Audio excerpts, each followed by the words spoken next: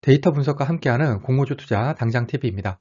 오늘 영상에서는 1억 마통으로 투자 시 10월 공모주 투자 수익은 얼마였는지 알아보도록 하겠습니다.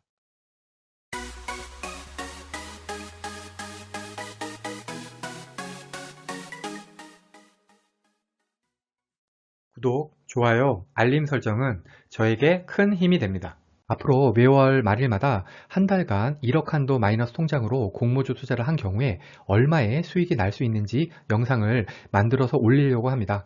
이 투자 방식은 현재는 현금 목돈은 없지만 1억 마이너스 통장으로 잠깐의 대출이자만 내고 청약하는 방법인데요. 수익 계산의 상세 사항이나 제가 가정한 사항들이 궁금하신 분들을 위해서 이 영상 뒷부분에 별도 영상을 붙여 두었습니다.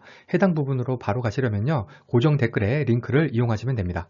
다만 분석을 시작하기 전에 알아두시면 좋은 사항은 우선 리츠주하고 스펙주는 수익 계산에서 제외를 시켰습니다. 두 번째는 시초가 매도 시 수익으로 계산을 했다는 것이고요. 세 번째는 1인 청약시하고 3인 가족 청약시, 이거는 한 명은 1억까지 비례를 넣고 두 명은 균등만 넣은 것입니다. 이렇게 두 개를 구분을 해서 수익을 계산을 했다. 이 정도만 알고 계시면 될 것 같습니다. 10월에는 아스플로부터 리파인까지 총 8종목이 상장을 하였습니다. 그 중에서 시초가가 더블이었던 종목은 CU테크, 지아이텍 두 종목이고요. 종가 기준 따상이었던 종목은 지아이텍 한 종목이었습니다. 손실이 난 종목은 케이카하고 리파인 두 종목이었고요. 평균 시초가는 공모가 기준으로 플러스 38%였습니다. 참고로 10월은 평균 시초가가 플러스 41%였습니다.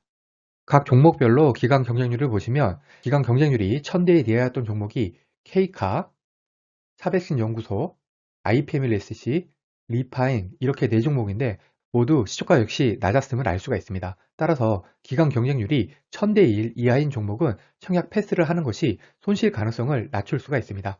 수익 계산 시에는 1000대 1 이하인 K카, 차백신 연구소, IPMLSC, 리파인은 제하고 계산을 하겠습니다. 그러면 1억 청약 시 수익을 계산해 보겠습니다. 이때 대출이자하고 청약 수수료는 아직 반영을 하지 않았습니다. 가장 높은 수익을 안겨준 종목은 CU테크입니다. 3인 가족 청약 시에는 약 13만 8천 원 정도 수익입니다. 총 수익은 1인 청약 시에는 23만 원, 3인 가족 청약 시에는 36만 원 정도입니다. 이번에는 대출이자와 청약 수수료까지 고려했을 때 균등만 청약하는 경우하고 1억 청약하는 경우 수익을 비교해 보겠습니다. 균등만 한 경우에는 1인 청약 시에는 34,600원, 3인 가족 청약 시에는 16만 6천원 정도 수익입니다. 1억 비례까지 청약한 경우에는 혼자 청약 시에는 13만 8천원, 3인 가족 청약 시에는 26만 9천원 정도 수익입니다. 균등만 하는 경우보다 비례까지 하는 경우가 수익률이 월등히 좋습니다. 그리고 당연히 혼자 청약하는 것보다는 가족 계좌까지 모두 하는 경우가 수익이 더 좋습니다. 결론입니다. 최근에 청약 건수와 청약 증거금이 급증을 하면서 균등 배정이 낮은 확률로 추첨 한 주가 되는 경우가 많아지고 있습니다. 바로 아스플로하고 원준처럼 말이죠. 비례 역시 한 주 배정받기 위한 금액이 상당히 높아지고 있습니다. 원준 같은 경우에는 거의 1억당 한 주였습니다. 이렇게 배정 수량이 작아지다 보니까 공모주 수익도 감소를 하고 있습니다. 배정 수량이 작아지면은 아무리 수익률이 좋더라도 소용이 없습니다. 따라서 청약일에 일반 경쟁률을 보시고 배정을 못 받을 것 같으면은 청약 여부를 신중히 생각할 필요가 있습니다. 특히 대출을 이용하는 경우에는 대출 이자까지 고려를 해야 합니다. 차백신 연구소, 아이패밀리 SC처럼 기간 경쟁률이 낮아도 좋은 수익을 안겨줄 수 있는 종목이 나올 수도 있습니다. 그렇지만 K카, 리파인처럼 손실 가능성도 크다는 것을 명심해야 합니다. 과거의 데이터가 미래의 결과를 보장하진 않습니다. 오늘 영상은 참고만 하시길 바랍니다. 이어지는 내용에서는 오늘 영상의 수익 계산 방법, 균등 및 비례 배정 수량 계산 방법, 대출이자 계산 방법, 가정사항들을 다루었습니다.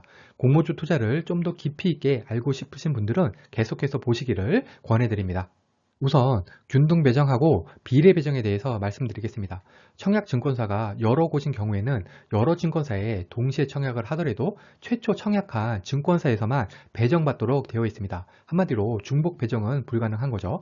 그리고 증권사에서 일반 투자자에게 배정된 주식 중에서 절반은 균등 배정되고요.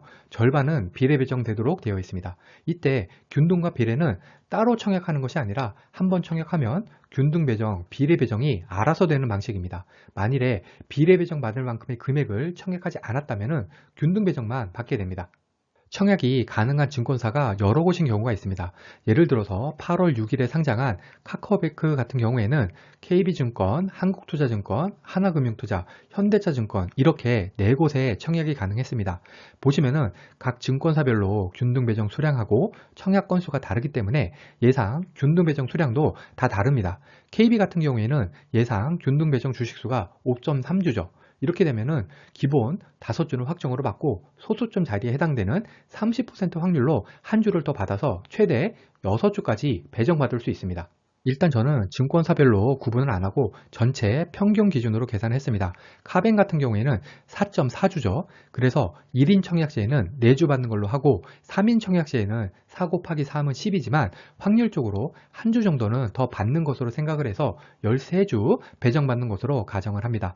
만일에 증권사별 경쟁률을 보고 경쟁률이 낮은 현대차증권에 청약을 해서 40% 확률을 뚫고 7주를 배정을 받았다면 이 영상에서 제가 계산한 수익보다는 더 좋겠죠. 그런데 만일에 한국투자증권에 청약을 해서 운 나쁘게 3주 받는다면 수익은 더 안 좋을 것입니다. 비례배정도 균등배정과 마찬가지로 어느 증권사에 청약하느냐에 따라서 배정 수량이 달라집니다. 아래는 증권사별로 1억 청약 시의 비례배정 수량입니다. KB증권은 15.31주, 한투는 12.66주, 하나금융은 14.4주, 현대차증권은 14.74주로 모두 배정 수량이 다릅니다. 비례배정 역시 증권사별로 구분 안 하고 전체 평균 기준으로 계산했습니다. 그리고 546입을 적용을 했는데요. 546입이란 소수점 첫째 자릿수가 6 이상이면 한 주 추가되고 5 이하면 버리는 방식인데요. 카뱅 같은 경우에는 14.17주니까 14주 받는 것으로 계산을 했습니다. 만일에 현대차에 청약을 했다면 15주를 받을 수 있었겠죠. 이 표는 카뱅 증권사별 균등배정 수량과 비례배정 수량입니다. KB증권은 균등으로 5주 확정이고 비례로는 5, 4, 6 입하면 15주죠. 그래서 20주 확정입니다. 그리고 30% 확률로 균등 한 주 추가 가능성이 있죠. 한국투자 같은 경우에는 균등으로 3주, 비례로 13주, 총 16주 확정입니다. 다만 비례 소수점이 0.6이기 때문에 운이 나쁘다면 비례에서 한 주 정도 감소할 수가 있겠네요. 하나금융은 균등으로 4주, 비례로 14주, 총 18주 확정이고요. 50% 확률로 균등 한 주 추가. 현대차증권 같은 경우에는 균등으로 6주, 비례로 15주, 총 21주 확정이고 40% 확률로 균등 한 주 추가가 가능합니다. 혼자 청약하는 경우에 한국투자에 청약하는 경우 운이 없다면 16주가 배정이 됩니다. 그런데 현대차에 청약하는 경우 운이 좋다면 22주 배정이 가능합니다. 이렇게 되면 6주 차이가 나는 거죠. 만일에 3인 가족 청약 시에는 한투는 22주, 현대차는 36주로 그 차이가 14주로 벌어집니다. 카뱅을 시초가에 매도를 한다면 한 주당 15,000원 수익이었습니다. 14주면 무려 21만원 수익 차이입니다.